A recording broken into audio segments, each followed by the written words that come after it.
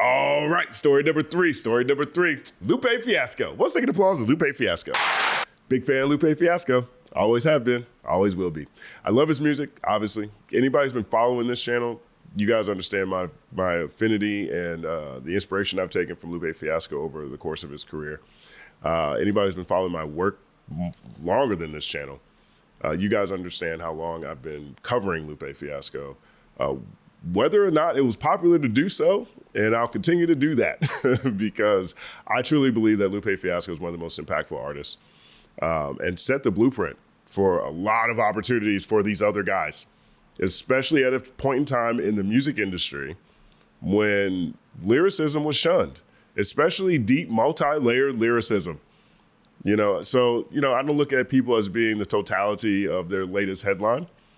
I think I look at what people have offered more so than what people necessarily say a lot of times. And I feel like more than anything else, Lupe Fiasco is an example of how to rise in a situation where the industry is really stacked against you. And I also think he's an artist that really lives up to the words he raps about.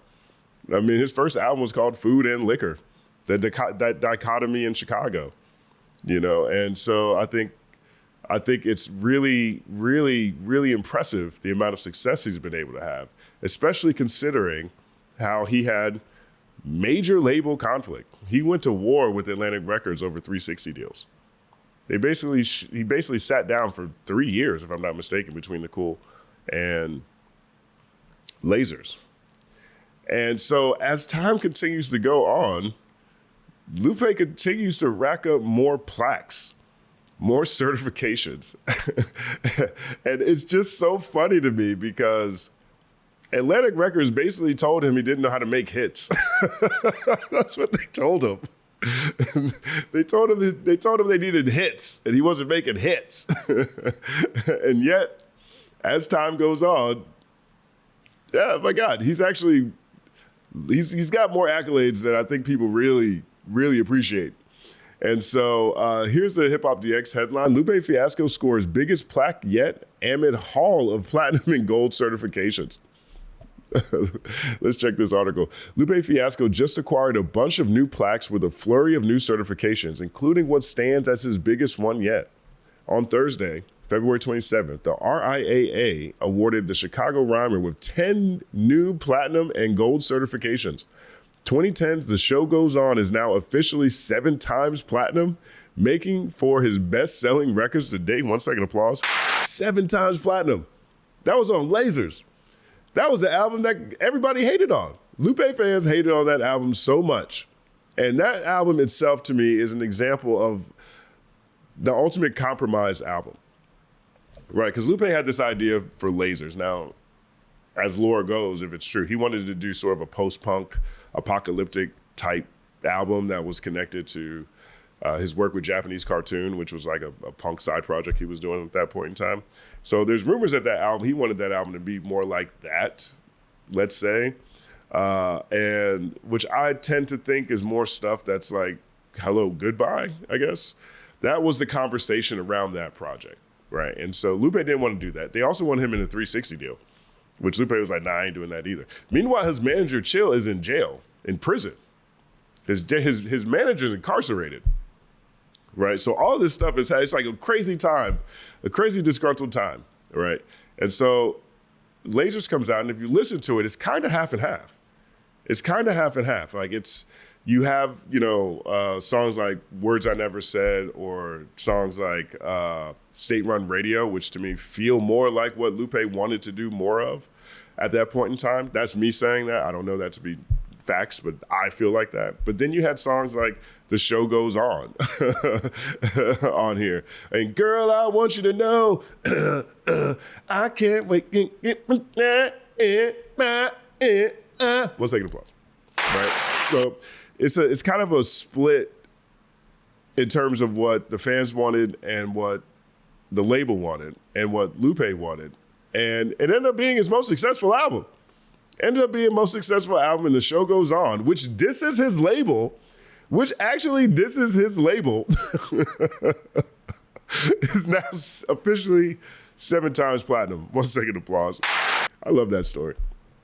Additionally, 2012's Battle Scars, featuring Guy Sebastian, and 2007 Superstars are now 3 times platinum, while 2011's Lasers, 2006 Kick Push, and 2006 Daydreaming with Jill Scott are now platinum. Okay, so Lasers is platinum. So now he's got 2 platinum records, if I'm not mistaken. I think Lasers and The Cool are both platinum now. So he's a 2-time platinum artist. He's a Grammy-winning artist, 7 times platinum song. Kind of hard to say. He ain't been successful. Superstars 3 times platinum, multi-plaques, multi-platinum. And now Go for Lupe Fiasco is 2011's Words I Never Said with Skylar Grey, and Out of My Head with Trey Songz, 2007's Hip Hop Saved My Life with Nicki Jean, and 2013's Old School Love with Ed Sheeran. Hip Hop Saved My Life is a gold record. That is literally about a Houston rapper trying to make it. All narrative song, and it's gold. It's a gold record now. Daydreaming's platinum as well. That's the one he won a Grammy for, so he's a Grammy-winning artist because of that song. And then Old School Love with Ed Sheeran. So multi-platinum songs. I mean, you start looking around, and a lot of the things with Lupe, there's this idea that he hasn't been as commercially successful as maybe some people who I think he should be compared to. That's changing. One second applause. And here's a picture of the event. Here's a clip of the event where they gave him this plaque for 20 million certifications. So take a look at this. A surprise for you. Look, I don't know if you know that not only is he a musical genius, and he teaches at MIT, so he's an actual genius, but he also, and Johns Hopkins, I'm sorry, I forgot Johns Hopkins. Teaches at MIT and Johns Hopkins. That's right. But he also is a multi-platinum artist who now in his career has 20 million certified units. 20 million units sold. Lupe Fiasco, look at that plaque. I'm gonna blow this up. Look at that. That's crazy. The spectacle wearing kid from the Chi done made good. 1 second applause.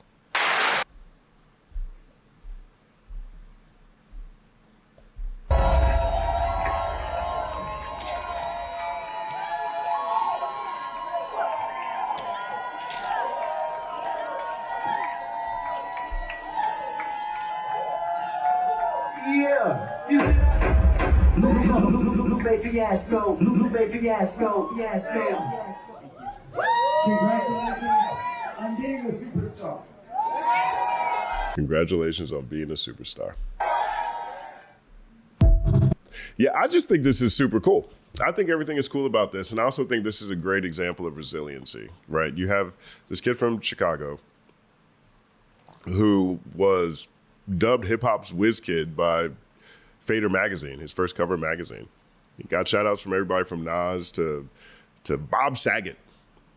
Expectations were super high. You have Jay-Z executive produce his first album and weathered so many challenges. I mean, the only reason Lupe signed to Atlantic Records was because Jay-Z was supposed to take over Atlantic Records. And at the last minute, he went to Def Jam because Def Jam offered him his masters. So Lupe is now stuck on a label that he didn't want to be on. And early in his career, his manager gets arrested, goes to prison on heroin trafficking. So he's been out here in the world, essentially running a label by himself, dealing with all the world's ills. Terrible contract, or at least great contract in the beginning. You had Lear Cohen and Julie Greenwald try to force him into a 360 deal. And his manager's in prison. And he kept that manager. He kept the manager. He's getting all kinds of backlash from his fans because all the fanagers, because he made Lasers, which they didn't want to hear. And he moves on, still in a bad deal, puts out Tattoo on Youth, which only hit the marketplace because Anonymous, the internet's Batman, threatens the executives and shareholders of Atlantic Records to put that album out. And it ends up becoming, Mural ends up becoming an instant hip hop classic. He had another album, Lasers, that was shelved. And the only way that really came out was because of a fan-organized protest.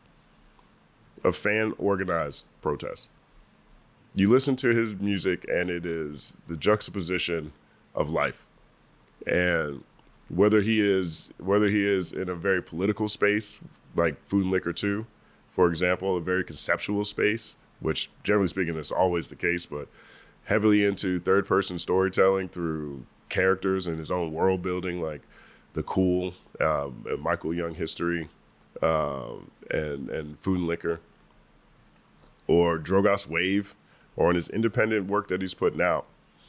You know, to see an artist that had that many different challenges, that many different albatrosses, you know, that many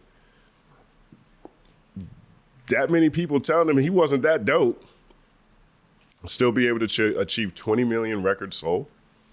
20 million records sold. Someone who's dedicated himself to lyricism so much that he teaches it. Lyricism. Rap and Theory Practice, I think the class is called. At MIT and now Johns Hopkins. At Johns Hopkins. And he's 20 million records sold. It's got to be crazy because Atlantic sat there and acted like Lupe couldn't make hits. But if you go up to Atlantic, they still celebrate him. You know, all the people that worked on those Lupe projects, they did a great job.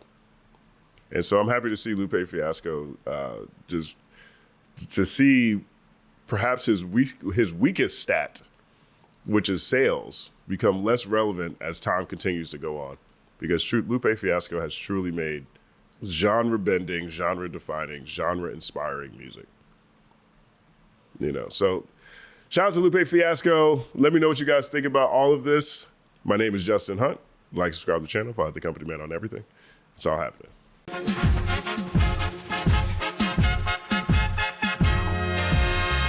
Justin Hunt is here, it's all happening.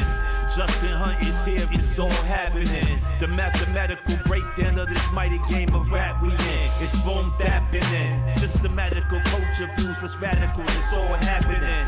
Shaking hands and dapping it. Life through the lens of hip hop, from trip hop to yes, dog, you don't stop, you don't stop. Justin Hunt is here, it's all happening. It's all happening, yes, it's all happening.